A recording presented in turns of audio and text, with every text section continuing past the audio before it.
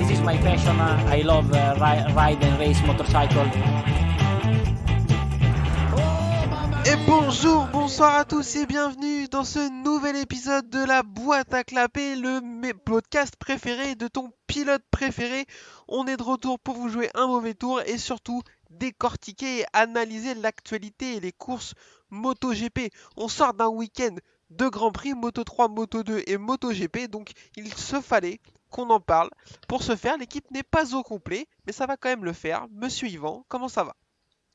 Bah, salut à tous, ça va bien. Un week-end mouvementé pour la course du dimanche, en tout cas, les courses du dimanche, pardon.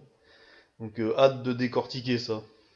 Ouais, là ça a été mouvementé dans plusieurs sens de terme, on va en reparler. D'abord, on va commencer par une news, et malheureusement une news un petit peu, enfin un petit peu, non, une news vraiment horrible qu'on n'aime pas avoir qu'on n'aime pas de voir diffuser, c'est le décès du cousin de Maverick Viñales, Dean Berta Viñales, qui était pilote en Super Stock 300, je crois que c'est ça, en SSP 300, un championnat qui suit le championnat Superbike et Supersport. Donc il était pilote dans le team de Vignales, il avait 15 ans, il est décédé dans un accident qui a eu lieu au virage 2 de mémoire à Jerez. Euh, Accrochage avec d'autres pilotes, il est tombé, il s'est fait percuter, blessé au thorax et à la tête, ils ont pas pu le sauver. Ça fait beaucoup trop, très clairement, depuis le début de l'année. C'est le troisième pilote qui décède dans le championnat du monde, donc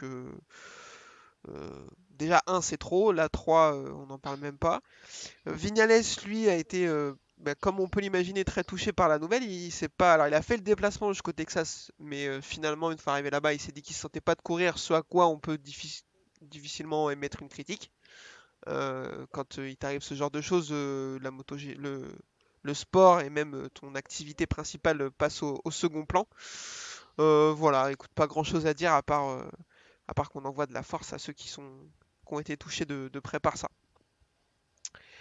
Euh, En news, c'est un petit peu à peu près tout ce qu'on voulait aborder, mais on va faire une petite entorse au planning habituel. Je voudrais qu'on parle du circuit avant de commencer le débrief des courses. D'habitude, on le fait au début de la course Moto 3 parce qu'on donne juste un petit peu notre avis, mais là, il y a beaucoup de choses à dire parce que il y a eu beaucoup de polémiques et de déclarations qui ont été faites ce week-end au sujet du circuit d'Austin.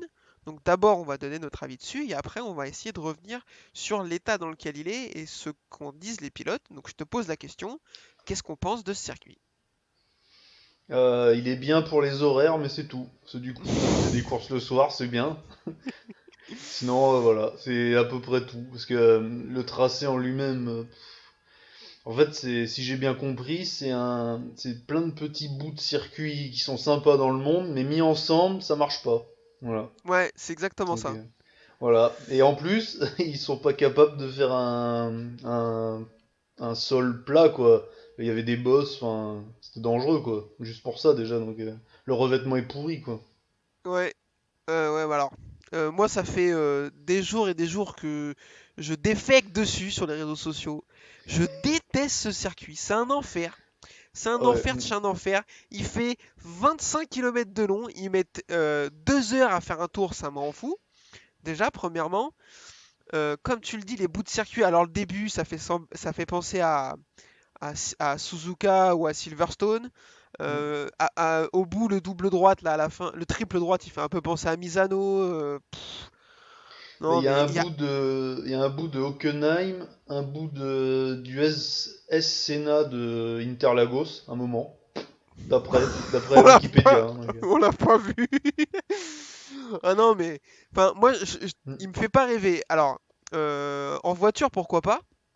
Parce que les Formule 1 font le tour en une 40, une 45, je crois, donc ça va, c'est honnête. Mais en moto, je le trouve vraiment horrible, quoi. Enfin, je sais pas, je trouve qu'il a rien, il a pas d'âme. Je trouve qu'il a pas d'âme.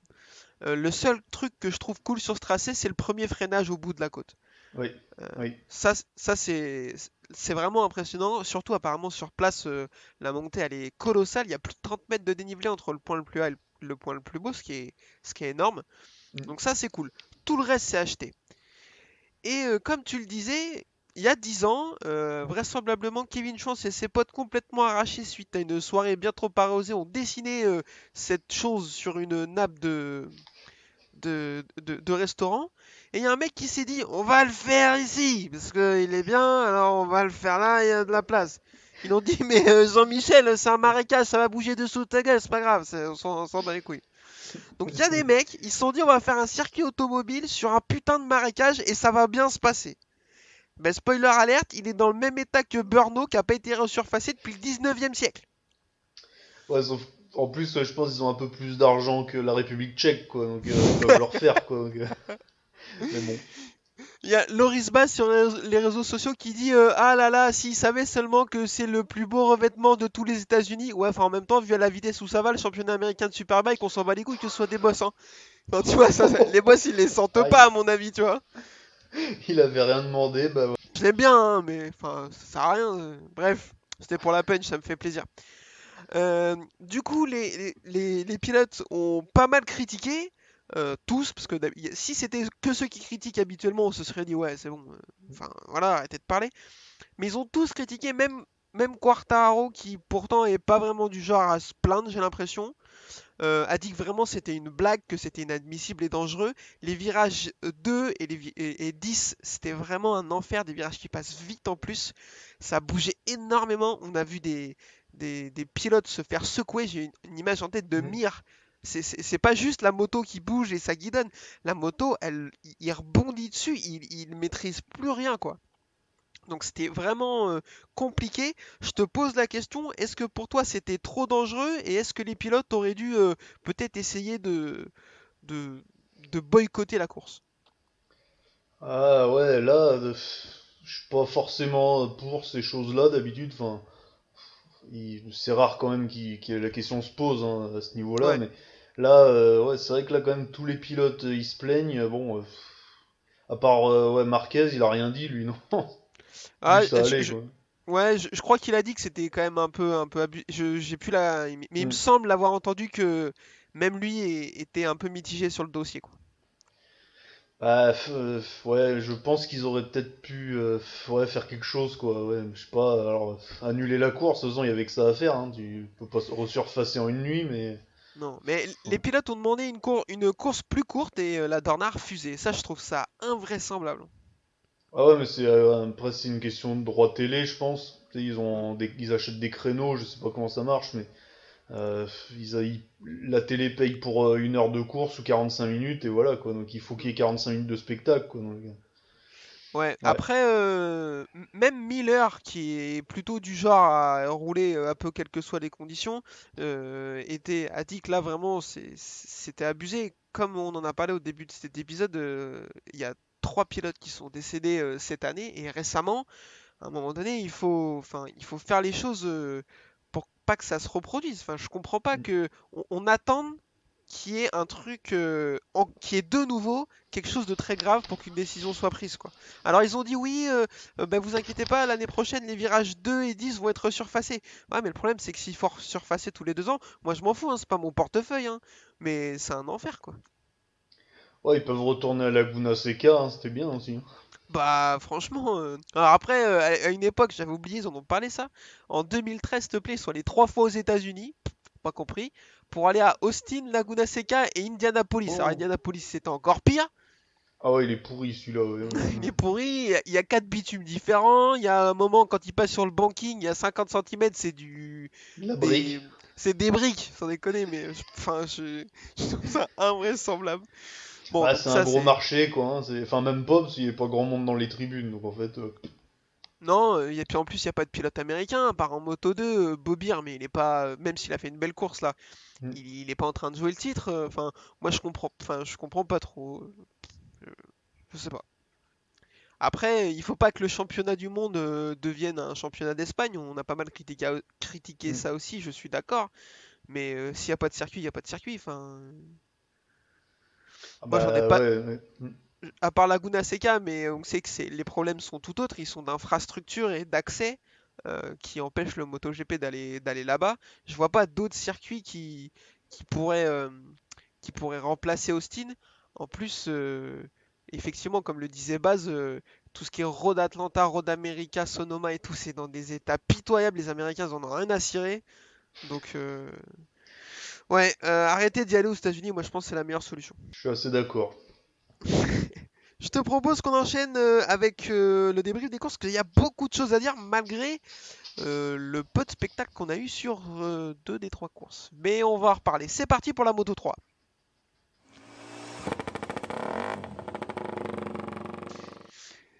Course Moto 3, donc Paul de Jaume Mazia, voilà, qui s'est dit tiens, je vais peut-être commencer mon championnat, moi, il serait temps.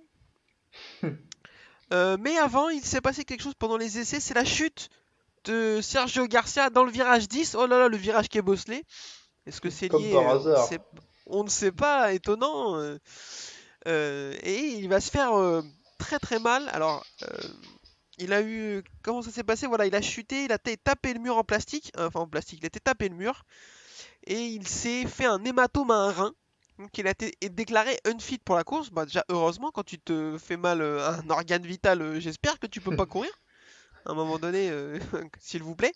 Sauf que bah, pour lui, c'est quand même la catastrophe. C'est plus ou moins synonyme. C'était plus ou moins synonyme d'abandon à la course au titre parce qu'il avait 42 points de retard sur Pedro Acosta qui lui allait bien courir donc compliqué. Comme je l'ai dit, Paul de Mazia, départ volé de Xavier Artigas, on se serait cru de retour à la belle époque où Jorge Lorenzo était parti 17 minutes avant tout le monde. Je sais pas si tu te souviens de celle-ci. Il était parti en deuxième ligne, il a sorti qu'il faisait un faux départ et en fait il s'est dit bah tant qu'à être pénalisé, crac. Et Ah il est oui! parti. Et tout seul, il est parti tout seul, non? Ouais, c'est ça. Il m'avait tué de rire. Ah, il nous C'était manque. incroyable. Non. Alors, Xavier Artigas, du coup, long lap, double long lap, même alors qu'il faisait une super course, ça c'est dommage pour lui. Devant, Guevara, Mazia et Alcoba vont s'échapper. Acosta est un peu plus loin, il est plus sur la 10e place. Mais ça fait pas gros groupe comme on a l'habitude de voir en Moto 3. C'est fait vraiment les trois pilotes qui s'échappent. Et Foggia commence à faire son effort pour raccrocher le bon wagon. Derrière, Philippe Salach va faire un petit high side, entre guillemets petit parce que c'est pas un high side non plus. On a vu Gabriel Rodrigo en faire des bien pires, hein, bien sûr, tous les week-ends il fait ça. Et sauf qu'il va se blesser, avoir du mal à sortir de la piste, donc drapeau rouge. Il y a eu quoi 6-7 tours de fait environ, pas plus. Les pilotes rentrent au stand, ils évacuent Philippe Salach de la piste, et là, décision prise de la Dorna, on repart pour 5 tours. Déjà, je te pose la question, est-ce que c'est intelligent? Est-ce que c'est censé de faire repartir ces mecs-là pour une course sprint de 5 tours sur un circuit qui est vraisemblablement compliqué et dangereux? Non, non, c'était trop risqué parce on sait que c'est une catégorie où c'est un peu des chiens fous, quoi. C'est des jeunes, voilà, ils ont envie de briller, tout ça, donc surtout en fin de saison avec les guidons pour l'année prochaine qui sont pas encore décidés. Enfin, il y a de l'enjeu, quoi. Pas seulement pour le titre. Et Hmm. ouais, non, du coup, ouais, c'était un peu chaud là quand même, hein. Du Rossi coup, a ça s'est mal déclaré, passé, quoi. ouais, Rossi a déclaré laisser les pilotes partir pour une course de 5 tours sur circuit, c'est comme jouer à la roulette russe. J'avais envie de lui dire, calme-toi, Ouais, parce que lui mais aussi, bon. en 125 dans le temps, c'était pas le dernier pour la Alors, baston, hein, alors, donc. parlons-en, j'avais envie qu'on aborde le sujet parce que effectivement après il va y avoir un gros crash, on va le détailler. Il a forcément en conférence de presse, vu que c'est le pilote le plus expérimenté, le plus ancien et le plus important, on lui a demandé qu'est-ce qu'il pensait de ça. Il a déclaré la situation est hors de contrôle, ils avaient pas de cerveau et que c'était grosso modo que c'était n'importe quoi. Dovizioso, qui est le deuxième pilote le plus expérimenté, lui a déclaré que les pilotes aujourd'hui, les jeunes pilotes préféraient apprendre à tricher plutôt que d'apprendre à gagner. En fait, j'ai pas compris. Non, c'est Alzheimer, ça touche les personnes de plus en plus tôt et la mémoire à long terme vraisemblablement. Enfin, alors je voudrais pas parler pour Dovizioso, j'ai moins de souvenirs de lui en petite catégorie, mais enfin, je veux dire Rossi quand même. Il me semble que comme tu le dis, c'était pas le dernier quoi. Ah ouais, non, oui, il a toujours. Enfin, voilà, ça se bagarre dans ces petites catégories-là. De toute façon, les moteurs sont relativement peu puissants, donc ils sont souvent au coude à coude. Enfin, ça a toujours été comme ça, hein. Les paquets en Moto 3, c'était pareil en 125, hein. ils arrivaient à 4 de front, tout pareil. Enfin, il y a rien de nouveau, j'ai l'impression. C'est peut-être plus Le, agressif maintenant, peut-être, je sais pas.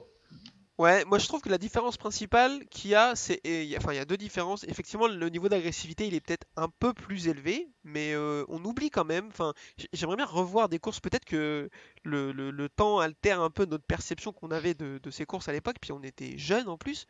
Mais moi, à l'époque, il me semblait que c'était pas beaucoup moins agressif. Pourquoi pas, si les pilotes le disent, on va leur donner le bénéfice du doute, parce que eux ils y étaient.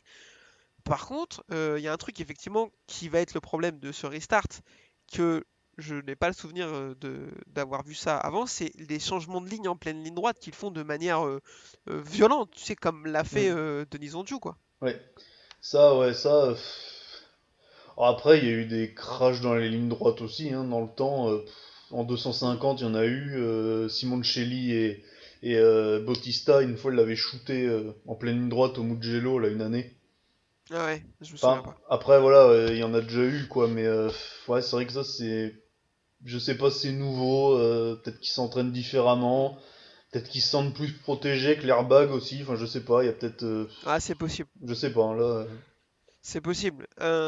Du coup, on est en train d'en parler alors qu'on l'a pas détaillé. Restart, ça repart pour tous les pilotes et il va y avoir quoi? Deux tours, quelque chose comme ça. Honshu double Andrea Mignot et change de ligne, il se rabat sur lui, il lui fauche la roue avant. Il tombe pas, mais Andrea Mignot lui tombe au milieu de la ligne droite. Ils sont à 220-230 km/h, Hmm. là ils sont à fond. Et c'est tac tac tac Pedro Acosta et Jérémy Alcoba qui vont prendre la moto d'Andrea Mignot et vont décoller. Acosta il va faire un vol incroyable.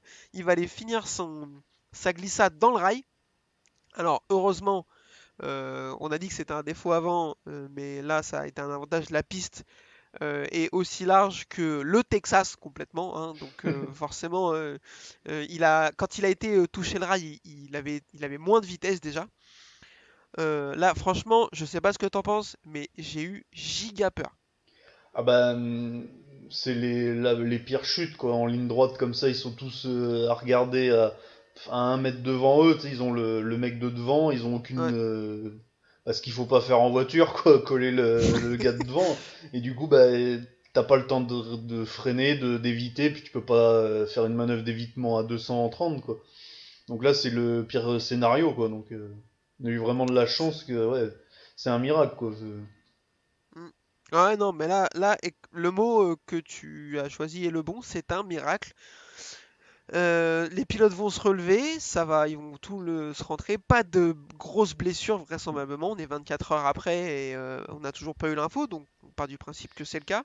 Pedro Acosta, lui, 5 minutes après, il est en interview sur Dazen avec le sourire et tout. Le mec, il y a rien qui le touche, on a l'impression. Pareil, ouais, il a 16 ans, donc bon, il se rend pas encore compte peut-être qu'il est Ouais, pas passé loin, le mec, quoi. Mais... ouais, là, il s'est pas rendu compte que c'était passé très proche, là, effectivement.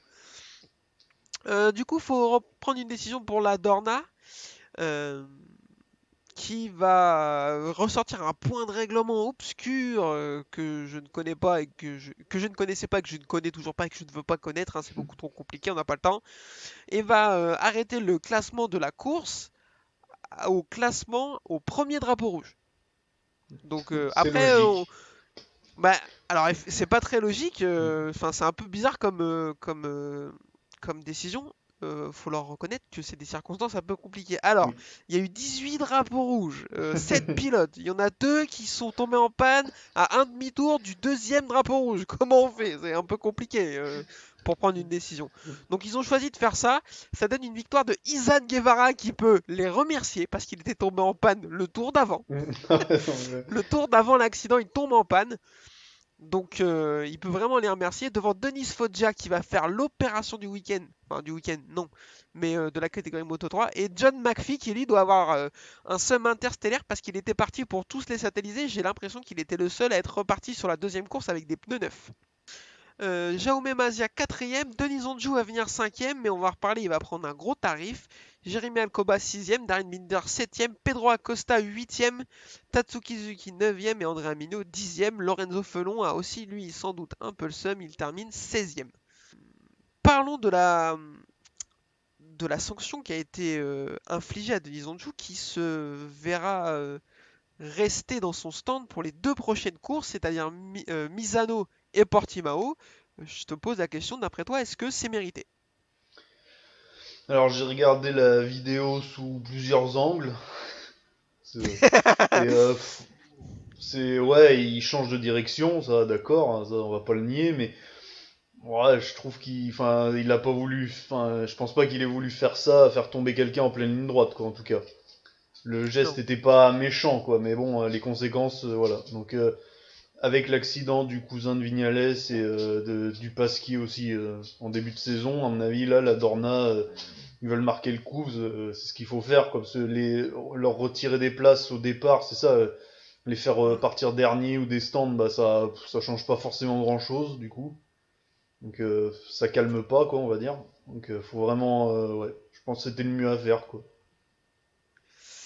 Ouais, alors, j'arrive pas trop à me positionner à ce sujet. Je trouve que la sanction, elle est lourde, mais elle est nécessaire. Elle est lourde parce que j'ai l'impression qu'on juge la conséquence et pas l'action. Oui. L'action, il n'y a pas grand-chose, entre guillemets. Oui, il change de ligne et il faut pas le faire. Donc, il faut sanctionner pour montrer que ça, c'est interdit. Sauf ce qu'on a sanctionné, c'est les conséquences qu'ont eu ce minime changement de ligne, c'est-à-dire qu'il a failli juste tuer 3 personnes. Le problème, c'est que euh, enfin, je sais pas. Moi, j'ai le souvenir de Kaito Toba. Je crois que c'est à Catalunya qui a été ou au Qatar, je ne sais plus, qui a été mettre 2 fois un pilote dans le mur des stands, mais vraiment qui a changé de ligne petit à petit et l'a emmené jusqu'au mur des stands. Et c'était un miracle que ça se passe bien là aussi une nouvelle fois. Lui n'a pas été sanctionné, alors que d'après moi, cette action est euh, plus dangereuse. Mm. Elle est plus dangereuse parce qu'il y a de l'intention.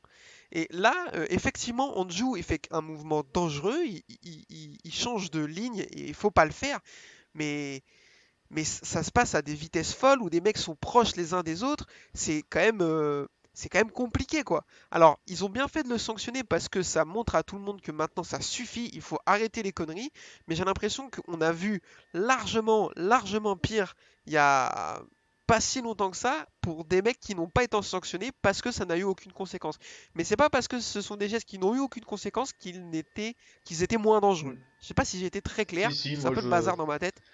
moi j'ai compris, je suis d'accord. Donc après, il y a eu tous les pilotes Moto 3 ont réagi en disant oui, c'est inadmissible, faut que ça s'arrête et tout. Ça m'a fait penser au même, tu sais, où il y a tous les Spider-Man qui se pointent du doigt là en rond là. Ouais, Sans ouais, ouais, déconner. ouais. Les mecs, vous le faites tous. Arrêtez quoi. Enfin, Bah, c'est comme il y en a aucun qui a. mm, tous Vas-y, les vas-y. week-ends quand ils s'attendent, tu sais, pour les qualifs, là. Tous les week-ends on a les mêmes débats et tous les week-ends il y a le même problème, quoi. Ils s'attendent et ainsi de suite. Ça change Ouais. toujours pas. Alors, à moins de toute façon, il faudra qu'il y ait un accident malheureusement pour. Et encore, bah, même pas, non, il y en a déjà eu et ça change rien. Sanction, il y a que ça. Après, Alex Espargaro a dit, pour une fois, je suis d'accord avec lui, donc je relaye aussi quand je trouve qu'il dit des bonnes choses. C'est pas A dit, souvent, mais il en dit. ah non, bah non, bah faut le dire aussi, tu vois, c'est pour ça. Il a dit sur les réseaux sociaux, sur Twitter, que c'était bien beau de critiquer et de se réjouir de la sanction, mais si pour au prochain Grand Prix tous s'attendent, comme tu l'as dit, en qualification pour essayer de faire un temps, c'est pas la peine, ça sert à rien. C'est Donc ça. il a raison. Mm. Donc bon, à voir, c'est chiant pour Anchu parce on sent que c'est un bon gars. Si sa sanction peut permettre de sauver une vie dans les années qui viennent en empêchant les mecs, parce que je pense que ça va les vacciner. Tant la vidéo de l'accident que la sanction qu'a eu Anju, je pense que là, ça devrait les. J'espère que ça va les calmer un peu. Parce que si même ça les calme pas, je sais pas ce qu'il faut faire. Bah, il faudra faire des courses super pôle, quoi. Il part tout Ouais, seul. Ah bah ouais, mais un jour ça finira comme ça. Hein. ouais. Au championnat, un petit point, Pedro Acosta est toujours en tête avec Denis Foggia qui revient à 30 points. Attention, il reste 75 points à prendre, 3 courses. Donc là, ben, c'est loin d'être fini, surtout que Foggia il est très en forme. Donc Acosta, il va falloir qu'il commence à réfléchir à son championnat et à courir intelligemment, ce qu'il fait depuis le début de la saison, même s'il marque le pas sur la deuxième partie du championnat. Sergio Garcia est troisième, mais à 50 points, donc on peut considérer pour lui que ça va commencer à être compliqué, parce qu'avoir 50 points de retard sur un mec à 3 courses de la fin, c'est compliqué, mais avoir 50 points de retard sur un mec et 20 sur un deuxième, là, c'est très dur. Mm. Romano Fenati est quatrième avec 80 points de retard, et Jaume Mazia, cinquième avec 83 points de retard. Pour finir, je voudrais juste qu'on parle de Romano Fenati qui a trouvé un guidon en Moto 2 l'année prochaine. Je voudrais savoir ce que tu penses de ça et ce que tu penses des gens qui disent après ce qu'il a fait, il devrait juste croupir à Guantanamo. Bah, au final, lui, il a fait un truc, ouais, bon, c'est ce qu'il faut surtout pas faire, on est d'accord, hein, là, il y a aucun doute, il l'a fait exprès, ça aurait pu être dramatique, bon, bah, sauf que le problème, il a perdu son boulot, enfin, voilà, sa place de pilote, il est revenu par la petite catégorie, par la petite porte, et voilà, quoi, il revient, c'était il y a 2 3 ans maintenant, il a eu des victoires depuis, j'ai pas eu l'impression qu'il ait fait des bêtises depuis. Je crois qu'il est plus ou moins irréprochable quand même, hein. Enfin, j'ai l'impression qu'il est. C'est un nouveau pilote, Ouais, quoi, tu vois, entre guillemets, quoi. C'est plus le même, quoi. Il a mûri. Donc, non, à un moment, il a le droit au pardon, hein. C'est bon, hein. je suis d'accord avec ça. Il a purgé sa peine, entre Mm. guillemets, ils l'ont sanctionné, on l'a pas vu pendant un certain temps. Ensuite, il est revenu, exactement comme tu l'as dit, par la petite porte, sur une petite marque, sur les Husqvarna, hein, pas non Mm. plus dans une grosse écurie. Apparemment, il a travaillé beaucoup sur lui-même, sur sa gestion de ses émotions, de la colère et tout. Moi, je trouve ça très très bien qu'il ait une seconde chance. C'est un bon pilote. Donc non, non, non. Enfin, faut arrêter. Les mecs, ils ont craqué. Enfin, ok, Bah, ce qu'il a fait, c'est mm. c'est sale et c'est vraiment, comme tu l'as dit, ce qu'il faut pas faire. Ils ont tous fait des trucs un peu dégueux, quoi. À un Bah, moment donné. Rossi avec Marquez à Sepang, hein. Il lui met un coup de pied, il le fait tomber. C'est pareil, quoi, hein, c'est. Est-ce qu'il met vraiment un coup de pied pour le faire tomber? Ouais, je pense que c'est truqué la vidéo par la Dorna qui est espagnole aussi, et Marquez espagnol, il y a peut-être quelque chose, quoi, mais. Enfin bon, on Voilà, va vraiment pas. déçu que la boîte à clapper, enfin déçu et heureux que la boîte à clapper n'existait pas en 2015 après Valence surtout, parce que si j'avais eu Twitter après Valence, je peux vous assurer que je serais banni à vie de ce réseau social. J'aurais insulté des arbres généalogiques entiers en espagnol, rien à cirer. Faudra Mais faire c'est un un, autre, faudra faire un débrief de cette course un jour, à tête on le fera, reposée, ouais, y a quoi, pas de 6 ans souci. après. Je pense que ça changerait la décision de la Dorna. Ils vont se dire ah putain ils ont trop raison On à lui la donne. boîte à clapper, faut qu'on. Pour moi, Rossi, il a 10 titres, hein, enfin, Bah pour moi il en a 29, tu vois. Donc, allez, je te propose qu'on enchaîne tout de suite avec la course Moto 2. De toute façon, ça va être rapide et c'est un passé. Allez, c'est parti, Moto 2.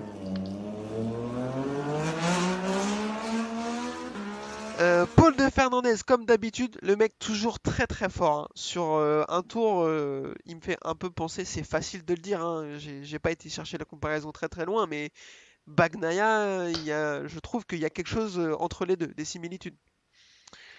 Euh, Et comme je l'ai dit, ça, il s'est pas passé grand-chose malheureusement. On remercie l'effort de Cameron Bobir et de Fabio Di Gianantonio d'essayer d'animer un petit peu ce début de course. Franchement, Bobir, respect parce qu'on l'a pas trop vu de toute la saison. Là, il est chez lui, il part en deuxième ligne, il tente des freinages un peu vénères et tout. Pourquoi pas, il a essayé de nous divertir. Euh, Derrière, ça va quand même pas le faire. Le pilote Akiayo s'échappe. Raoul Fernandez, non, pas du tout. Rémi Gardner essaie de lui emboîter le pas. Sauf que l'ami australien va chuter et laisser son coéquipier s'envoler vers la victoire et prendre les 25 points et revenir à 9 points au championnat. Est-ce que après une année très très très solide, Rémi Gardner vient de faire la seule erreur qu'il ne fallait pas faire? Ah bah là, ouais, il est tombé à 4 courses de la fin, enfin ouais, 3 courses, il reste 3 courses. Ouais, Ouais, là c'était vraiment le moment où il faut pas perdre de points, surtout là il est tombé tout seul en forçant, quoi, enfin voilà, en essayant de ouais. suivre Fernandez, et là c'est, ouais, là on voit que ouais, il était peut-être à la limite, quoi. Donc à voir sur les prochaines courses, il est encore devant, je crois, ouais. Ouais, de 9 Ouais. points. Ouais, mais là, attention, parce que là, Fernandez, du coup, la confiance revient, parce il a été blessé, donc on a pensé que c'était fini à un moment pour lui. Et Ouais. bah là, il revient complètement dans le truc, quoi. Donc il a la vitesse, il a pas flanché, lui, justement. Mm. Donc attention. Ah, puis il est sur une super dynamique, il a gagné 7 courses déjà. Le record était de 5 avec Marquez sur son année rookie pour un rookie. Donc Ouais. non, non, vraiment là, ouais, comme tu le dis, attention, Misano, il était bien. Euh, Bah, il a gagné même d'ailleurs à Hmm. Misano. Portimao, il était très très bien aussi. Ouais, il avait. Ouais, Donc ouais, ouais, ouais. En fait, comme l'année dernière, le suspense au championnat en Moto 2 est inversement proportionnel au suspense des courses. C'est-à-dire Hmm, qu'il se passe rien en course, mais le championnat c'est le plus serré des trois. c'est ça. Mais, euh, mais je Donc pense à voir. moi je pense que Fernandez va l'avoir. Après, Ah ouais? ouais, je le trouve. Enfin, niveau talent, même 7 victoires pour un rookie, quand même, ça se pose là, quoi, hein. Puis il a pas fait d'erreur, si, il est tombé une fois, je crois, en À Corse. Silverstone, ouais. Ouais, mais bon, normalement là, Gardner, c'est lui qui aurait dû gérer, tu vois. Et là, il a pas géré justement, donc bon, je sais pas. Je pense, moi je mets une pièce sur Fernandez, quoi. Ouais, Garner, il faisait une année très très très solide. Sa pire place c'était septième. Et Mm. sorti de cette septième place, il n'avait pas fait pire que quatrième sur tout le reste de la saison. Donc moi j'avais tendance à dire, de toute façon, Fernandez, oui, très très fort, mais Garner est trop solide. Là, effectivement, il a craqué. Une petite erreur de pilotage, il rentre large, il est sur les freins encore, ça peut pas tourner, forcément il Mm. perd l'avant. Ça va être intéressant, Ah, hein. Moi j'ai là pour le coup, c'est. le problème, c'est qu'avec 9 points, il peut pas se contenter d'être deuxième tout le temps, quoi. Ah bah là non, hein, Ah si ouais, donc il fait deux sur les deux prochaines et que Fernandez les gagne, Fernandez repasse devant. c'est ça. Et puis en plus, il a entre guillemets la pression d'être le plus expérimenté des deux. Donc, Ouais. et puis l'année prochaine, pour lui, pour sa confiance, ce serait bien de partir avec un titre, quoi. Si tu S'il te se fais fait, prendre le titre par le rookie, ouais, et ils vont être dans le même team l'année prochaine, bon, voilà quoi. est-ce que tu penses que l'ambiance va se tendre entre les deux? Oh, bah, ça serait logique, hein. Enfin, Moi, Fernandez, je pense ouais, il a les dents longues, hein. Enfin, ah, ça c'est sûr. mm, Mais ouais, je pense comme toi que même si, je sais pas s'ils sont potes ou pas, mais même si c'est le cas, ça peut pas rester comme ça quand il y a autant d'enjeux et autant de rivalité entre les deux. Là, ils vont tous les deux se battre jusqu'au bout pour le titre de champion du monde. Ils peuvent pas continuer à manger ensemble le midi. C'est pas non. possible. À un Non, moment puis il y a donné, plus de, tu peux pas en. il y a pas de Vas-y, vas-y. consigne d'équipe, quoi, parce que vu qu'ils sont intouchables les deux, enfin, c'est sûr que ça sera un Ah des oui. deux. Donc, à Joe, il s'en fout, quoi, limite, qui est champion, voilà, quoi. Mm. Je pense que tu peux pas avoir envie de tuer un mec sur la course et discuter avec lui une fois que t'as enlevé le casque. Enfin, tu peux être agressif quand t'as le casque et pote en dehors quand tu l'as pas, tu vois, mais pas quand il y a autant d'enjeux. Là c'est compliqué. Et de toute façon, on a vu dans l'histoire, quand il y a deux coéquipiers qui jouent le titre, ils peuvent pas se sentir. Et il y a même pas qu'en MotoGP, en Formule 1, c'est pareil, hein. Ah bah oui, oui, c'est Ça crée logique, des hein, tensions. c'est comme ça, hein, Mm. Un petit point classement avec Marco Bezzecchi qui continue son petit bonhomme de chemin à être le meilleur des autres et finit troisième. Augusto Fernandez quatrième. Cameron Bobir qui fait une belle course termine cinquième. Tony Arbolino fait une belle course aussi, un beau week-end et termine sixième.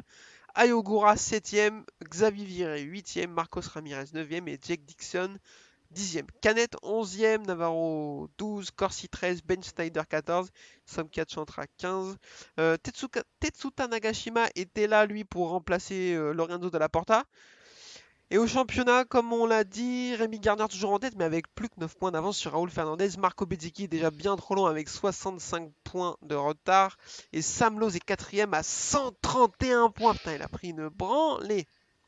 Augusto Fernandez 5e à 140 points. Là, c'est vraiment les deux pilotes Ayo ont survolé le Mm. débat. Je te propose qu'on enchaîne tout de suite avec la course MotoGP parce qu'il y a plein de choses à dire malgré l'ennui de la course. Donc Ouais. bah, c'est parti, MotoGP.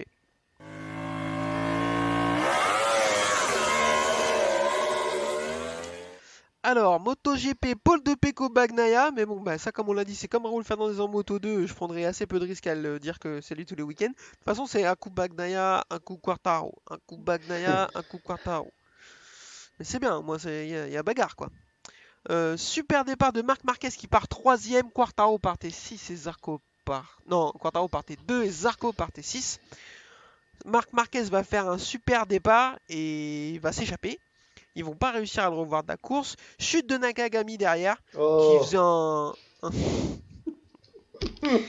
il tombe au deuxième tour, un truc comme ça. Ouais, ça commence à être compliqué pour lui, hein, ça sent pas très bon. bah, ouais, voilà quoi. Ouais, moi je suis d'accord avec ça, c'est pas super. Ara, il pouvait sortir un réplica Nakagami par contre, parce qu'il est vraiment très beau. Derrière, Bagnaia est un peu dans le dur, il va chuter un peu au classement. Quartaro, lui, trouve du bon rythme et réussit à accrocher plus ou moins la roue de Marc Marquez, mais à distance, il va jamais être en position de l'attaquer. Chute de Zarco au 5e tour. Bon, bah, c'est malheureusement dans sa lignée de son championnat depuis le retour de la trêve estivale. Il y arrive pas, il est plus dedans.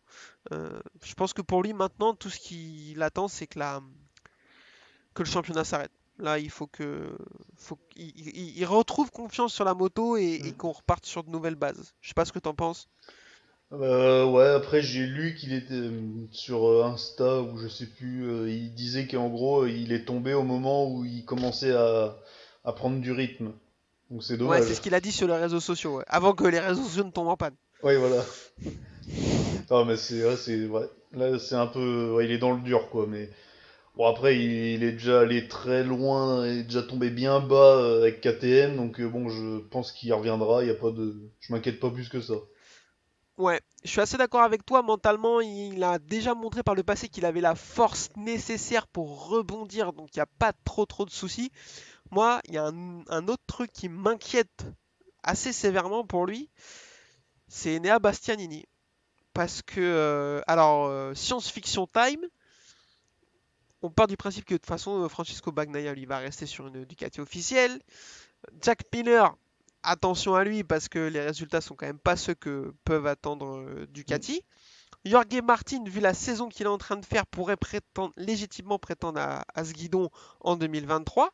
Parce que tout ce petit monde n'est signé que jusqu'en 2022. Donc ça laisserait les deux Pramac. Euh, Si Pramac a le choix entre Bastianini, qui, s'il continue ses performances, Zarco et éventuellement Miller, qui va être rétrogradé de chez Ducati officiel, c'est pas sûr qu'ils choisissent le français. Ah oui, oui, là attention. Ouais. Mm. Après, peut y avoir aussi d'autres constructeurs, enfin, aller chez Honda, tu vois, enfin, peut y avoir d'autres mouvements comme ça aussi. Hmm. Ils sont pas obligés de rester Ouais, chez ouais, non. Ducati, quoi. Miller, par exemple, s'il se fait virer de chez Ducati officiel, il peut peut-être aller voir chez un autre constructeur aussi, quoi. Ah, ils ont pas le même âge, quoi. Ah oui, oui, non, mais après, je m'inquiète plus pour Zarco que pour Miller, quoi, qui est plus jeune, quoi. Ouais. Et puis Zarco, ça serait quand même compliqué de retrouver une moto de spec A comme il a, quoi. Ouais. Quand même. Donc bon, à voir, mais bon, on lui fait confiance, on sait qu'il est fort dans la tête et ça va revenir. Derrière, on a une petite bagarre Jorge Martin, Fabio Quartararo, mais c'est Fabio Quartararo qui va avoir le dernier mot. Marc Marquez va en profiter lui pour s'échapper et remettre un peu de rythme, et les autres vont pas le revoir. Miller est parti avec un pneu dur, il était très fort en début de course. En fait, il va faire une course à l'inverse de ce que laissait présager son choix de pneu, c'est-à-dire que il va avoir tout petit peu de mal à se mettre en route et ensuite sur la première partie de la course il va être très fort et après il va un peu s'effondrer, mais j'ai envie de dire comme à l'accoutumée. Comme sa carrière. Ouais, c'était gratuit. C'était gratuit, mais bon, de toute façon, c'est L'avenir comme ça me qu'on bosse donnera donc. raison. Et on le note, notez-le hein, dans les commentaires, n'hésitez pas. Je sais pas ce qu'il m'a fait, je sais pas. C'est la barbichette ça. Ouais, la moustache, ouais, ça passe pas, quoi.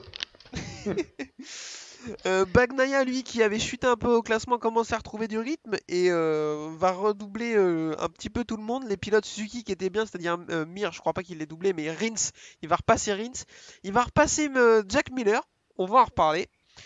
Et il va finir par repasser Jorge Martin qui, suite à une erreur, vraisemblablement, on va en reparler aussi, va tirer tout droit et va prendre un long lap. Le classement final, ça fait victoire de Marc Marquez devant Fabio Quartararo et Francesco Bagnaia.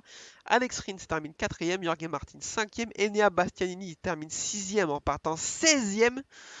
Donc c'est pour ça que je dis attention.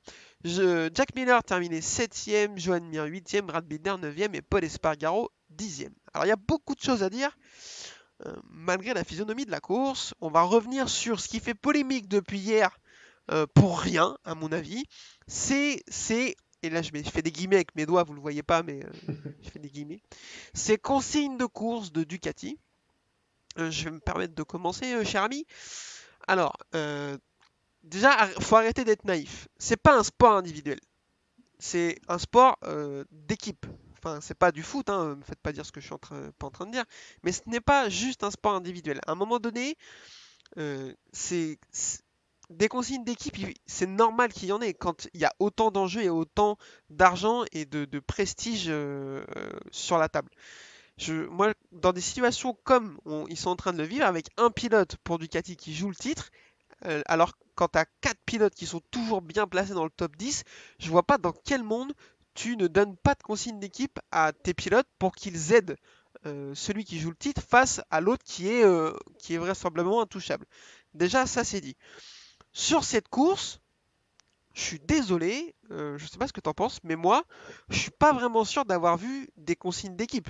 Alors, ce qui fait râler tout le monde, c'est ce qu'a fait Jack Miller, mais ce qu'a fait Jack Miller, c'est pas une consigne, c'est du bon sens à un moment donné. Il est devant Francisco Bagnaia, comme on a dit, qui joue le titre.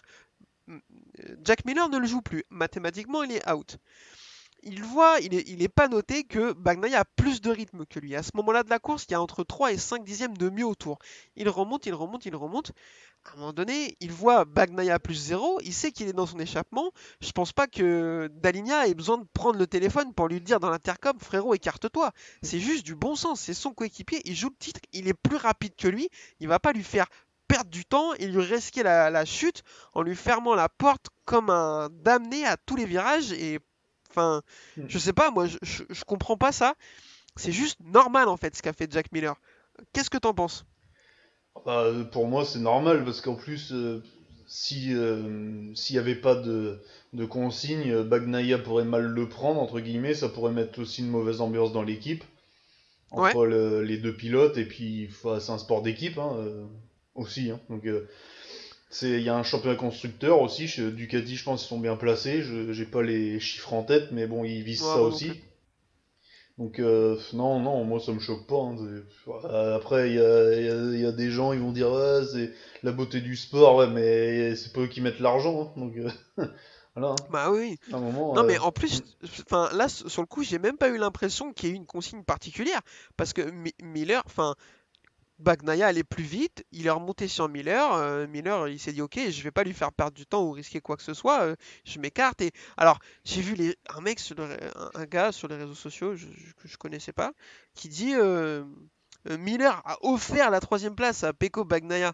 Pourquoi il fait termine septième alors?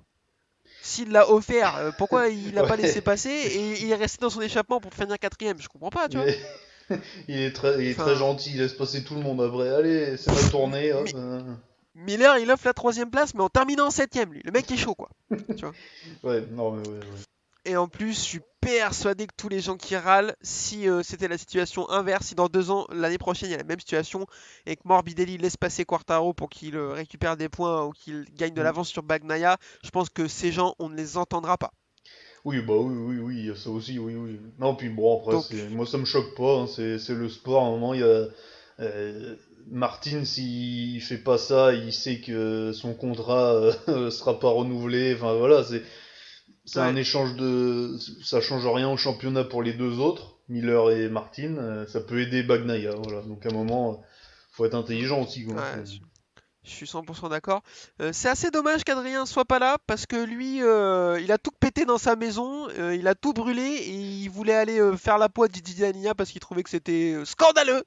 Donc c'est dommage qu'il soit pas là pour défendre son point de vue. Non, j'en rajoute un peu, mais effectivement, il était assez vénère par ça. Donc bon, dommage Après, qu'il soit pas c'est là. pas. On essaiera d'en reparler. C'était mieux fait aussi, il y a la manière aussi, comme en Formule 1 avec Barrichello, Schumacher en Hongrie, quand il avait Mais ralenti, ça c'était c- moins bien passé, quoi, voilà. ça, je suis d'accord, ça c'est dégueulasse par exemple. Tu vois, si Miller avait mené toute la course et qu'il s'était arrêté avant la ligne pour que Bagnaia passe alors qu'il avait, je sais pas, genre 5 secondes d'avance, ça aurait été vraiment Mm. immonde. Ça, je suis d'accord. Là, il était de toute façon plus rapide, alors il est passé. Enfin, je comprends pas. Oui, puis Je ça comprends change pas. rien, un podium, il aurait fait un podium, ouais, bon, voilà, ça aurait pas changé sa carrière, quoi, je pense. Bon, ça aurait peut-être changé parce que bon, il le voit pas tous les jours non plus, le podium Jack Miller, hein, donc. Allez! Oh putain, l'enfer. Parlons de ce qui s'est passé avec Jorge Martin ensuite. Jorge Martin qui va tirer tout droit dans le virage 3 ou 4, dans cette espèce de Suzu Stone qu'ils ont fait là Mm. à, à Austin, et il va en prendre un long lap suite à ça. Il avait une seconde d'avance en gros sur Bagnaia, et avec cette erreur, Bagnaia va revenir dans son échappement. On n'arrive pas trop à voir avec l'angle. Randy Depugné dit que Jorge Martin en fait a perdu l'arrière de la moto, il a été obligé de relever, que pour lui c'était pas du tout volontaire. Je sais pas si tu as un avis là-dessus, mais avec l'angle qu'on a eu, c'est impossible de savoir s'il a fait exprès ou pas. Ouais, alors là, ouais, je me rappelle, je vois ce qui s'est passé, mais après, là, j'ai pas vraiment d'avis, hein, mais je sais qu'après, quand il l'a passé, il lui collait à l'arrière-train pour lui montrer que s'il voulait, il pouvait le passer, je pense. Je sais pas si t'as Ouais, fait attention. Quand, ouais, si, ouais, si, ouais. c'était pas comme avec Miller, quoi. Tu vois, là, on voyait plus qu'il avait les dents un peu plus longues. Tu vois, il dit attention, dans 2 ans, je serai sûrement sur la moto d'à côté, méfie-toi. Ouais, c'est Donc ça. bon, Après, il a pris un long lap, ça réglait le problème, mais oui. là, effectivement, il y a plus de questions à se poser, même si c'est pour moi, il n'y a pas de scandale non plus. Enfin, je veux dire, les consignes d'équipe, c'est pas interdit à un moment donné. Donc, on se rappelle de euh, Dovizioso et Lorenzo en 2017 ou en 2018, je ne sais plus, à Valence, quand Dovizioso joue le titre, Marquez est devant et que Lorenzo laisse pas passer Dovizioso et qui lui envoie mapping 8, mapping 8. Je pense qu'on l'a tous insulté devant notre télé, Lorenzo, Après, encore plus que d'habitude, quoi. Après, c'est pas la même. Je pense qu'ils avaient pas la même relation entre Bagnaia Miller et Lorenzo et Dovi, quoi. Ce Lorenzo est un peu plus Non. particulier, peut-être, Ça, pour c'est être un joli poli. mot pour dire. C'est un joli mot pour dire casse-couille. Ouais, je pense que ouais, j'aimerais bien faire un briefing de pilote avec Lorenzo. Mais tu laisses passer, je crois qu'il t'écoute même pas. Il se lève, il s'en va. Il t'a Ça même pas vu, l'intéresse quoi. pas. Mais et ouais, voilà. Et à l'époque, on avait tous crié au scandale qu'il avait été vraiment pas intelligent. Enfin, et là, on s'offusque de l'inverse. Donc, c'est vraiment, je comprends pas. Dites-nous, hein, surtout, n'hésitez pas à venir nous dire, à me hâte sur Twitter ou à venir nous en parler dans nos DM ou quoi, si vous n'êtes pas d'accord avec ça. On comprend vraiment. Tout le monde a sa vision de la chose. Il n'y a pas de souci avec ça. J'étais peut-être un peu virulent dans mes réponses hier parce que je pense qu'il y en a qui réfléchissent pas vraiment qui se mettent pas à la place en fait. Comme tu dis, qui voient vraiment que de l'extérieur. Après, je peux entendre tous les points de vue. Il y a même des anciens pilotes, Laurent Rigal et Jules Danilo. On dit ça que ça les avait énervés et tout. Bon, moi je comprends pas non plus. Mais bon, pourquoi pas. N'hésitez pas, dites-nous, on sera content d'en parler. Alex Rins termine quatrième, il fait un beau week-end après les derniers Grands Prix qu'il a fait qui étaient un peu dégueux, donc c'est plutôt bien, je sais pas ce que t'en penses. C'est pas Mm. ça qui va lui sauver sa place, hein. Non, il a de la chance d'avoir signé un contrat pour l'année prochaine, quoi. Voilà. Ah oui, mais il va falloir qu'il se réveille, hein. Les 5 premiers Grands Prix de l'année prochaine, il a intérêt à être sur le podium de 4, hein. Ouais, je pense, ouais. Attention à lui, ouais, ouais. Jorge Martin, du coup, suite à son long lap, va finir cinquième. Enea Bassini va finir sixième suite à un accrochage entre Jack Miller septième et Joan Mir huitième. Alors, parlons-en. Est-ce que tu l'as en tête l'accrochage? Et si oui, qu'est-ce que t'en penses? Ben, je pense qu'il y a eu un antécédent au Qatar aussi. Il s'était rentré Ouais, dedans. Donc, je tout pense à qu'ils fait, ouais. s'aiment pas trop. Et Le mot est faible. voilà. Et je pense que Mir, ouais, c'est pas un pilote qui s'écrase, quoi. Tu vois, je pense qu'il y va, quoi. Tu vois, s'il peut taper, il tape. Tant pis, quoi. Donc non, moi ça me plaît plutôt là. Quand c'est comme ça va, quoi. C'est bon esprit, quoi. Du coup, Mir a été déclassé. Oui. Il a perdu une place. Donc pour toi, il aurait pas dû. Bah, enfin, non, ils ont bien fait de le déclasser parce que quand même il tape quoi. Mais D'accord. j'aime bien que Mir y aille justement. Toi, le fait toi, voilà, que ça tape un peu quoi. Voilà. Hmm. C'est un peu bizarre par rapport au Moto 3, hein, ce qu'on vient de dire, toi. Mais voilà, c'est. Non, mais moi, je suis d'accord avec toi dans le sens où j'aime bien quand ça roule carénage contre carénage, que Bah c'est ouais. incisif, que ça s'infile dans un trou de souris et tout. Moi, Mm. je suis d'accord avec toi, j'aime beaucoup. Par contre, je pense que maintenant c'est nécessaire. Il faut que Miller ou moi, je vois bien Petrucci faire ça, attrape Mir derrière un box, il lui met une bonne grosse teutard, quoi, à un moment donné, tu vois. Parce que Ouais, ça ouais. suffit, quoi. C'est un enfant gâté. À un moment donné, il est derrière, jamais ça peut passer ce qu'il tente. Enfin, en fait, si, à cet endroit-là, ça passe, ils sont plusieurs à l'avoir fait, mais il est trop loin. Mm. et on l'a vu plusieurs fois dans des derniers tours tenter des choses qui n'ont aucun sens. Ça ne Bah, peut pas il a. passer, mais juste parce que c'est le dernier tour, il t'envoie une attaque suicide, quoi. Bah, après, il a le titre en poche, alors ça le galvanise peut-être, toi. Mm. Ça donne des ailes, quoi, je pense, être champion, donc t'as un petit peu plus le droit que les autres, tu vois. Je sais pas si tu vois ce que je veux dire. Oui, Ça te oui, laisse une petite je marge en comprends, plus, quoi. Ah non, mais je dis pas que c'est bien, mais c'est comme ça, quoi. mais ouais. Regarde, Ça, Rossi. plus ses déclarations. Ouais, ah, bon, aussi, c'est plus des marges en plus qu'il a. C'est... Ouais, bah là maintenant il en a moins, on le voit plus. Je l'ai pas vu à l'écran, moi, hier, donc on s'habitue pour les Euh, prochaines, quoi, doucement. oui, oui, Mais c'est ouais, sûr. avec Euh, les Giberno par exemple, toi, j'ai revu l'attaque, je me suis refait une vidéo dessus, à Gérèse en 2005, là, quand il. ouais, Et ouais. c'est vrai que quand même, il part de loin, quoi, quand même, hein, Ouais, après, bon, pour en parler 5 minutes, moi j'ai plutôt l'impression que c'est Giberno qui vient lui fermer la porte dessus plus que Rossi qui s'infile dans un trou de souris, tu vois. Ouais, c'est vrai. Ouais, vu ouais. L'impression que Giberno tourne la tête, il le voit, il s'est dit bah j'y vais quand même et sur un malentendu il sera pénalisé. Enfin, j'ai l'impression que Giberno a plus joué la pénalité de Rossi que la trajectoire parce que Mm. Giberno il est très très large. S'il reste large pour ressortir avec un point de corde plus tôt et plus de vitesse, il a peut-être une chance en sortie, tu vois ce que je veux dire. Oui, oui, oui. Mais il l'a pas joué comme ça. Donc, bon. Mm. Bref, c'était il y a 16 ans, on est encore en train de débattre de ça. Mais... Ah oui, mais ouais, ouais, ouais. Euh, pour finir sur Johan Mir, ses comportements en course, plus ses déclarations qui sont plus cata les unes que les autres, vraiment, faut s'arrêter là.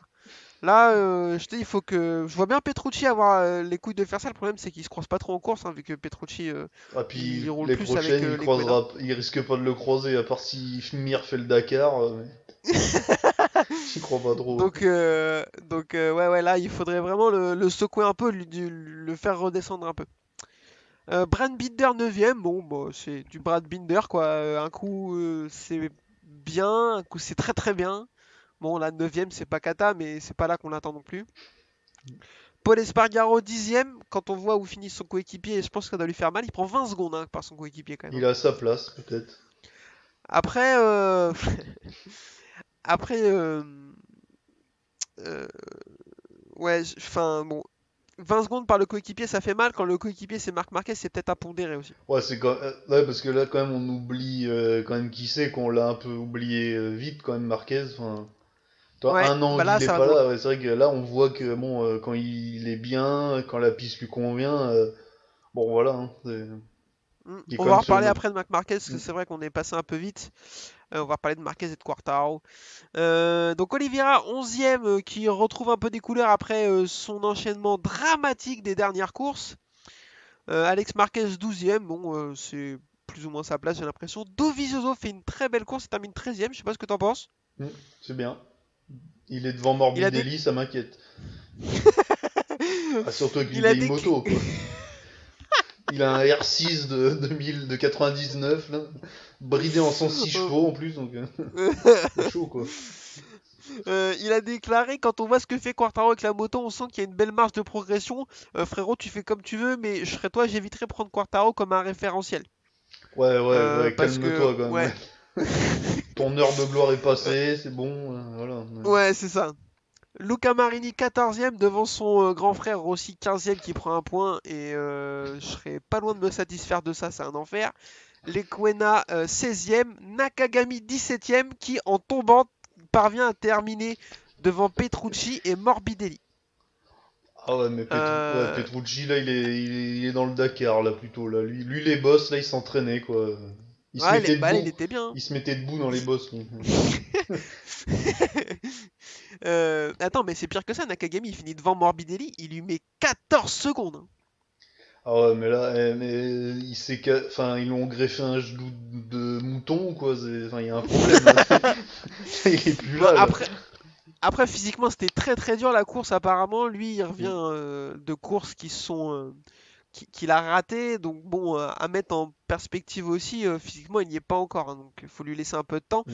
Mais là, prendre 14 secondes, ça veut dire que ou qu'il est vraiment aux fraises ou que Nakagami était à deux doigts de jouer la victoire avec Marc Marquez, hein.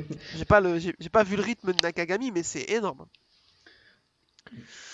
Et pour revenir sur les deux pilotes dont on a un peu éclipsé la performance à cause de ces polémiques sur les consignes de course, Marc Marquez, comme tu l'as dit, victoire sur un de ses circuits fétiches sur lequel il n'a quasiment jamais perdu. Euh, il a dit lui-même que les sensations commençaient à revenir. Est-ce que, d'après toi, c'est de bon augure pour lui pour la saison prochaine? Oui, c'est quand même une année positive, quoi. Il est tombé plusieurs fois des chutes évitables, je pense, où il aurait pu au moins marquer des points. Tu sais, il est tombé à Ouais, Silverstone avec Martin, après il est tombé tout seul, avec je sais Martin. plus où. Enfin bon, voilà, je pense que les prochaines, attention. Vraiment attention, là il reprend confiance, là il a pas flanché. Les commentateurs ils disaient attention à la mi-course, il va avoir mal au bras. Non, non, il a fait un wheeling, ça allait. Donc, Oui, bah effectivement, on s'attendait à ce qu'il baisse un peu de rythme à mi-course avec ses douleurs et tout, et finalement ça l'a fait mm, pour lui. Donc c'est de bonne augure, moi je pense. Il commence à retrouver des sensations. Après, c'est toujours à pondérer. C'est un de ses circuits fétiches qui tourne à gauche. C'est son bras droit qui est blessé. ouais, mais Alors c'est un circuit bosselé, donc toi les boss, à mon avis, quand t'as mal, ça doit pas aider, hein, je pense. Enfin, ça doit être. c'est sûr. Après, c'est exactement le type de course et de conditions qui l'avantage par rapport aux autres, je pense. Mm, Parce que, enfin, lui, boss ou pas, enfin, la moto, elle bouge tout le temps, qu'il y ait des boss ou pas, oui, donc il voit pas vraiment de. Les autres, ils aiment pas. Quartaro, que la moto bouge, il aime pas ça, quoi. non. Mais attention vraiment l'année prochaine, quoi. Je pense que là, l'année prochaine, on va compter sur lui pour le titre, là. Enfin, moi, j'espère, parce que c'est quand même. C'est pas le pilote que je préfère sur le plan personnel. Après, voilà, de le voir. C'est quand même un extraterrestre, quoi, hein, faut le reconnaître, quoi. Les Ouais, gens, ils l'ont oublié, non, enfin, c'est sûr. c'est... À un moment, limite, le mec, il a 8 titres, tu sais, c'est... Ouais, il est encore tombé, il est nul. 8 titres, quoi. Mm. Un C'est... jour, on fera une émission débat où je te demanderai qui est le meilleur de tous les temps. Commence à te préparer, hein. Ah non, pour l'instant, il a que 8 titres, hein, donc non. Il y en a un qu'on a 9. Dans l'ère moderne, hein, Gâche, après... oui. gâche pas tes munitions. Et Quartaro termine deuxième, qui clairement va faire l'opération du week-end, parce qu'il va repartir de la course avec 52 points Mm. d'avance sur Francesco Bagnaia et 3 courses restantes. Joan Mir est mathématiquement hors course désormais au championnat avec 78 points de retard. Miller est quatrième avec 106 points de retard et Zarco cinquième avec 113 points. Clairement, Quartaro, là, il a les deux pieds dedans. Ah bah là, oui, il a pas du tout flanché sur le mental, enfin, tout est... Non, non, là, c'est bon, il y va... c'est solide, il a pas fait d'erreur de l'année, enfin, à un moment, c'est mérité, là, hein, donc, Mm. Ouais, ouais. Il a fait vraiment une super opération sur un circuit qui est pas du tout avantageux pour lui il finit et devant pour sa le, ouais, il moto. finit devant son principal rival, donc c'est ce qu'il faut faire. Ah Donc bah voilà. ouais, il reprend 4 points à Bagnaia, qui était très très fort, qui a fait un super temps aux essais, qui faisait un peu peur. Donc là, non, vraiment super performance de Quartararo qui va terminer la saison comme il l'a commencé, sereinement, solidement, et il va tout droit sur son premier titre de champion du monde. Ce qui va bien me faire fermer ma bouche, donc je tiens à le dire, de toute façon, je ferai un petit message, que ce soit sur les réseaux sociaux ou ici, pour m'en expliquer et m'en excuser. J'aurais pas jusque-là, Non, mais le remercier de m'avoir fait fermer ma bouche parce que j'étais le premier à ne pas croire en lui et que tous les gens qui maintenant disent oui, ah là là, ceux qui le critiquaient à son arrivée, ils sont où et tout, arrêtent désormais parce que personne ne pouvait prédire qu'il serait aussi fort en si peu de temps en MotoGP. Absolument mm. personne. Mais on est très content que ce soit le cas.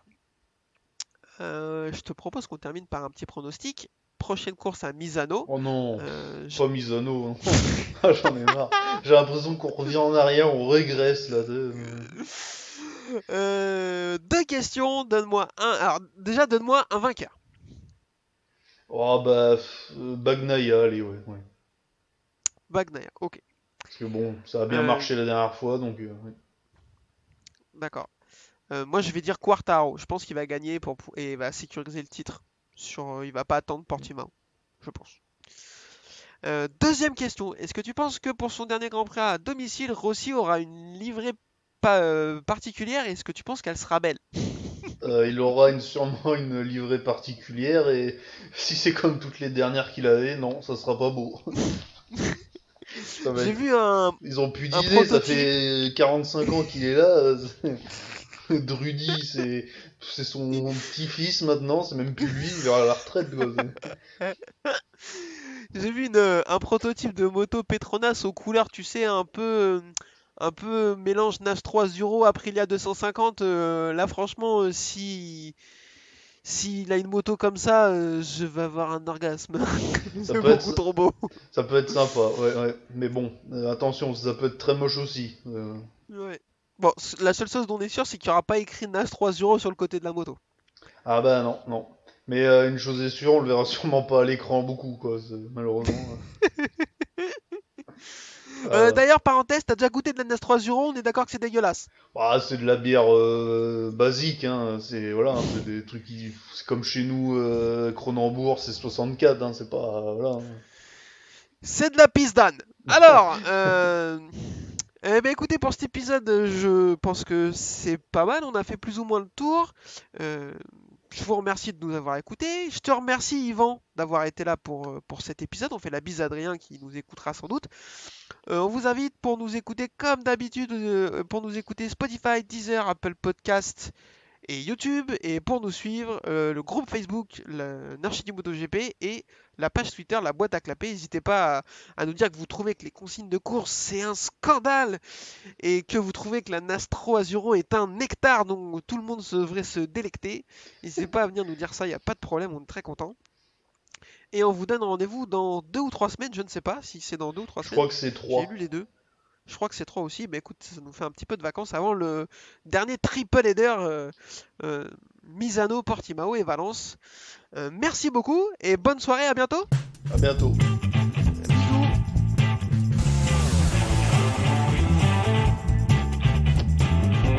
This is my passion. I love ride and race motorcycle.